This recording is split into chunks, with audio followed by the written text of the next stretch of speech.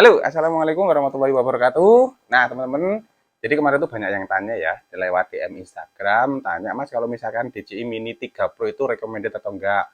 Mending mana Mas, DJI Mini 3 Pro atau DJI Mini 2? Mending mana Mas? Ini Mini 3 Pro atau Air S atau Air, terus kemudian ataukah Outer segala macam lah. Di sini saya ingin menyampaikan pengalaman saya memakai DJI Mini 3 Pro yang pakai remote DJI RC. Jadi kebetulan ini saya dipinjami Malang Hobi, salah satu toko terpercaya untuk pembelian drone dan gadget-gadget lainnya ya kayak kamera, action cam segala macam di Kota Malang. Kalau teman-teman ingin membeli drone, langsung saja ke Malang Hobi, nomor kontaknya ada di dalam deskripsi ada di sini.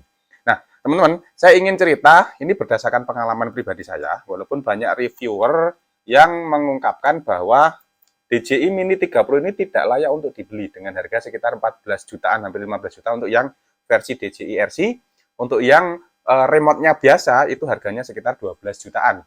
Katanya tuh tidak layak dibeli. Tapi setelah saya pakai beberapa kali terbang ya, saya pakai terbang itu di rest area tol Pandaan Malang, terus kemudian saya pakai terbang di Bromo, terus kemudian saya pakai terbang di sini, ini di kota Surabaya. Setelah saya pakai, ini recommended teman-teman. Dengan harga segitu itu recommended. Karena apa? Yang pertama adalah satu, itu dia ringan banget. Ringan, bobotnya cuma 249 gram posisi terbang ya, tanpa ada penutup gimbal. Dia pas terbang itu bobotnya 249 gram. Jadi dia sangat ringan banget. Terus kedua, dia sudah pakai built-in-nya pakai remote DJI RC. Walaupun ini tidak ada antena tambahan luar, tapi dia sudah ada ini ya, patch-nya. Antena patch di sini ada dua. Ini sangat memudahkan sekali ketika teman-teman berpergian piknik, terus kemudian traveling atau jalan-jalan yang pengen nggak ribet. Jadi tinggal bawa dua ini, set, masukkan di tas. Coba tak ambilkan tas saya dulu ya. Jadi tinggal masukkan di tas. Karena paket pembelian DJI Mini 2 ini, DJI Mini 3 Pro ini tidak ada tasnya. Jadi saya pakai tas Eiger teman-teman, tinggal dimasukkan gini, set. Terus drone-nya tinggal dimasukkan di sini juga. Sudah, ini kita kayak nggak bawa drone teman-teman ya, kecil banget, simple, dan ini bisa dimasukkan gini. Nah, gini teman-teman. Jadi kayak nggak bawa drone. Ini soalnya tas-tas biasa ya. Jadi salah satu yang membuat ini recommended itu adalah simpelnya, enteng, terus kemudian simple, dibawa kemana-mana juga gampang. Selain itu juga ini sticknya itu kan bisa dilepas ya. Nah, ini kan bisa dilepas. Jadi dia ramah untuk ditaruh di tempat-tempat yang enak. Jadi nggak akan merusak gimbalnya. Terus yang selanjutnya adalah dia ini. Nah, casnya sama dengan seperti cas HP. Jadi teman-teman kalau misalkan bawa drone gini tok aja wis, nggak usah bawa chargernya, itu bisa. Kayak gini nih tinggal teman-teman bawa cas HP, yang penting tipe C ya atau Type C ya. Itu teman-teman bisa langsung colokkan ke sini, itu bisa mengecas. Dan casnya juga nggak begitu lama kok, sekitar 1 jaman itu sudah penuh, 1 sampai 1,5 jam itu sudah penuh. Terus yang selanjutnya lagi teman-teman, yang membuat ini recommended untuk dibeli adalah remote-nya tuh enteng. Jadi beda dengan smart controller atau DJI RC Pro ya, DJI RC Pro, itu remote-nya kan berat banget ya, karena memang dia baterainya juga lebih besar, terus transmisi sinyalnya mungkin lebih bagus. Jadi kalau yang di DJI RC ini, dia ringan banget, enteng. Jadi mau dimasukkan mana, mau traveling, jalan-jalan yang santai, nggak pengen ribet, itu recommended. Terus yang selanjutnya adalah, yang membuat ini recommended adalah hasil rekamannya teman-teman, luar biasa mantap. Jadi dia bisa maksimal 4K, 4K 60 fps atau 4K 60 fps dengan sangat smooth sekali. Nah, sangat smooth sekali. Hasilnya mungkin tak campelkan di sini teman-teman ya, untuk contoh-contohnya. Itu hasilnya smooth sekali. Dengan kualitas gimbal sticknya ini yang empuk, lebih empuk dibandingkan dengan remote smart controller, itu membuat kita menjadikan kita membuat video sinematik itu gampang banget. Jadi untuk menggerakkan gini, kanan kiri muter itu sangat bagus, sangat enak sekali. Selain itu juga di sini juga sudah dilengkapi 2 scroller ya. Yang kanan ini saya belum tahu ini fungsinya apa. Kalau yang kiri untuk menurunkan naikkan gimbal. Settingan standar bawaan pabrik dari DJI Mini 3 Pro ini sudah sangat cukup. Kalau menurut saya sebagai pemakai drone untuk pembuat konten kreator ya, untuk membuat video YouTube, ini sudah sangat cukup.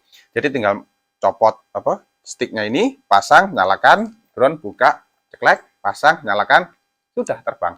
Nggak usah menunggu colok kabel HP, nyalakan HP. Belum lagi nanti kalau ternyata baterai HP-nya lowbat, ternyata ini. Nah, itu yang membuat ini layak untuk dibeli teman-teman. Selain itu apalagi ya, dari segi fiturnya mungkin teman-teman ya, selain tadi kualitas gambar, ini juga bisa untuk video potret ya. Jadi kalau teman-teman suka membuat reels, video reels Instagram atau video TikTok, atau untuk foto-foto mode potret, itu teman-teman cocok untuk bikin memakai DJI Mini 30 ini. Walaupun sebenarnya pakai drone biasa bisa, tinggal nanti di cropping, tapi ini tidak usah diedit lagi. Jadi mentahan itu pun langsung masukkan di frame-nya video editing, dia langsung menjadi mode potret. Dan satu lagi, untuk bukaan lensanya ini berapa ini? f1,7, lumayan juga, tapi saya belum tes untuk kualitas malam ya. Kalau kualitas siang, cahayanya terang, itu sangat bagus sekali teman-teman. Wah, mantap pokoknya. Kemarin saya coba di Bromo tuh serasa pengen memilikinya, kan ini bukan punya saya. Terus kalau di sisi lain, selain kualitas video, untuk fitur segala macam itu hampir sama dengan drone-drone DJI yang lainnya. Saya kemarin juga sudah coba beberapa fiturnya. Harap tibor ya. Saya kemarin juga sudah coba beberapa fiturnya. Itu lumayan bagus. Dan juga selain itu teman-teman, ini suaranya sangat nyaring banget. Bener-bener suaranya sangat lembut banget teman-teman. Dibandingkan dengan Autel Nano Plus yang setara dengan ini suaranya sangat lembut banget. Mungkin karena propellernya, mungkin karena motornya juga, brushless-nya ini kecil, dan atau mungkin ada yang lain, itu sangat lembut banget. Jadi kalau teman-teman ini menerbangkan DJI Mini 3 Pro ini di tempat keramaian, itu saya rasa tidak terlalu mengganggu, karena terkait suara ya, kalau misalnya kita menerbangkan drone gede kan langsung, drone, ono drone, suaranya sangat mengganggu, bising. Kalau ini enggak bising. Terus yang selanjutnya adalah sensornya lumayan. Jadi drone dengan harga segini, dia sensornya lumayan, ada sensor depan, sensor belakang sini, terus kemudian ada sensor bawah teman-teman. Jadi jangan khawatir kalau misalkan teman-teman mau nabrak segala macam, itu ada settingannya. Yang paling penting itu adalah fitur safety-nya atau keselamatannya teman-teman. Saya kemarin nyoba Autel Nano Plus di Bromo, itu jarak lebih dari 2 kilo, sudah saya kembalikan, terus saya coba memuncak Gunung Batok, terus enggak jadi mau balik itu enggak bisa teman-teman, jarak 955 meter. Itu tak gerakan enggak bisa, saya RTH juga enggak bisa, otomatis drone itu cuma diem tok gini, diturunkan bisa, dinaikkan bisa, tapi enggak bisa digerakkan maju. Nah, saya kurang tahu apakah harus diupdate firmware atau seperti apa, tapi yang jelas perasaan saya, feel saya untuk menerbangkan drone itu paling nyaman memang DJI. Saya bukan penggemar DJI, bukan tidak dibayar oleh DJI ya, tapi yang saya rasakan selama ini mulai dari tahun 2017-16, mulai dari tahun 2015-16 itu saya nerbangkan drone, baik DJI, terus kemudian ada apalagi ya, beberapa macam merek drone, itu yang paling nyaman adalah drone DJI, karena mengutamakan keselamatan. Ketika kita terbang agak jauh dikit, loss sinyal, dia nanti kembali, bisa disetting RTH-nya, bla bla bla, itu DJI sangat bagus banget teman-teman. Jadi kalau teman-teman membeli drone DJI apapun, yang sekarang itu insya Allah fitur keselamatannya itu mantap.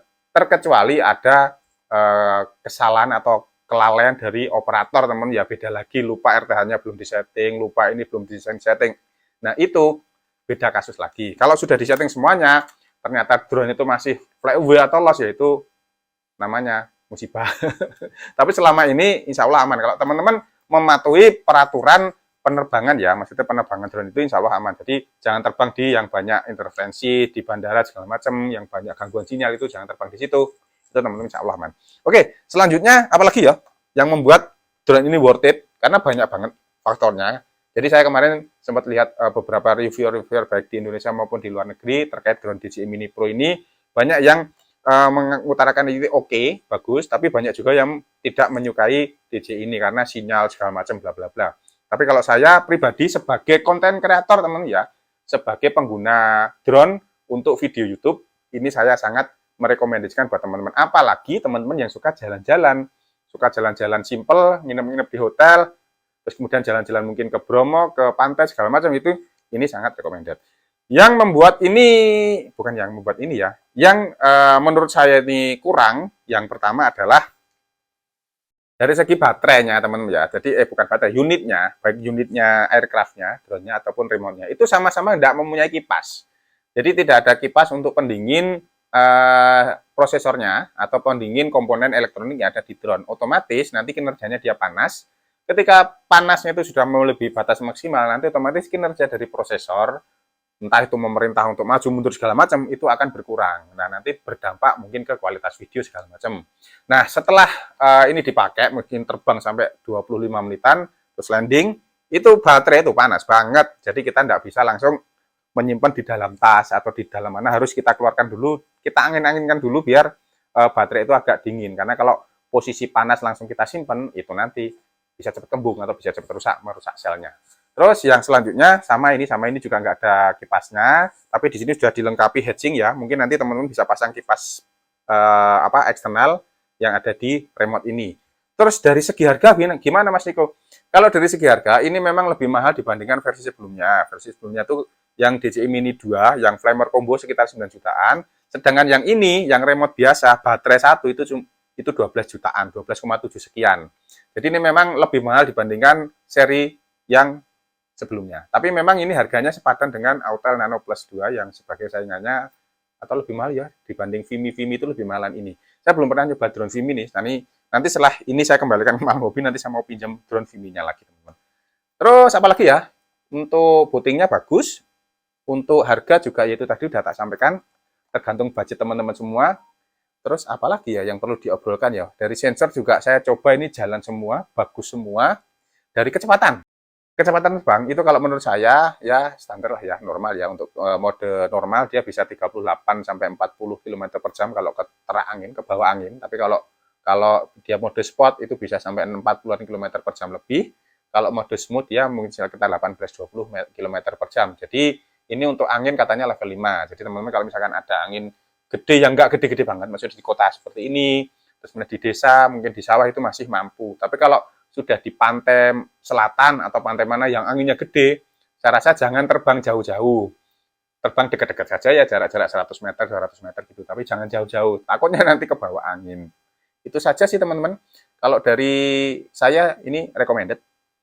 Ya nggak recommended cuma sedikit, tapi yang membuat dia recommended itu banyak. Makanya saya nilai ini recommended.